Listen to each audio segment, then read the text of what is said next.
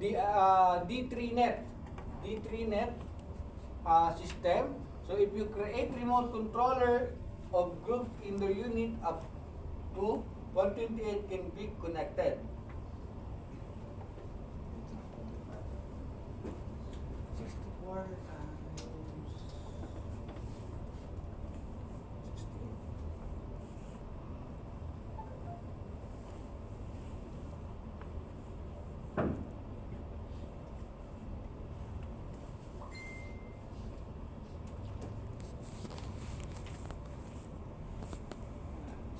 D3net.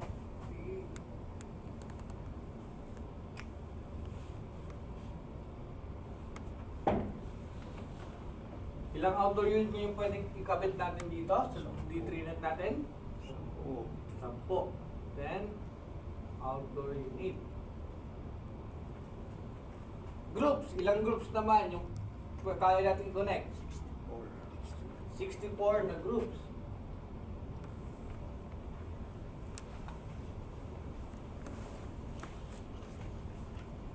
Indoor unit ilan?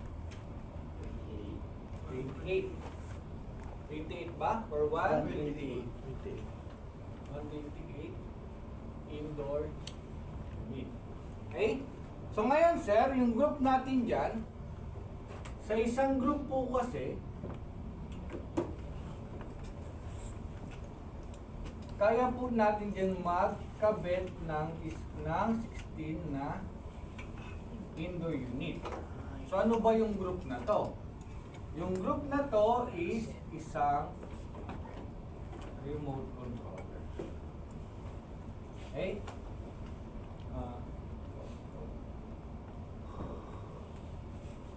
Yan. Yung isang group na to is isa pong remote controller yan. So ibig sabihin, sa isang remote controller, 16 na indoor units po yung pwede nating i-connect.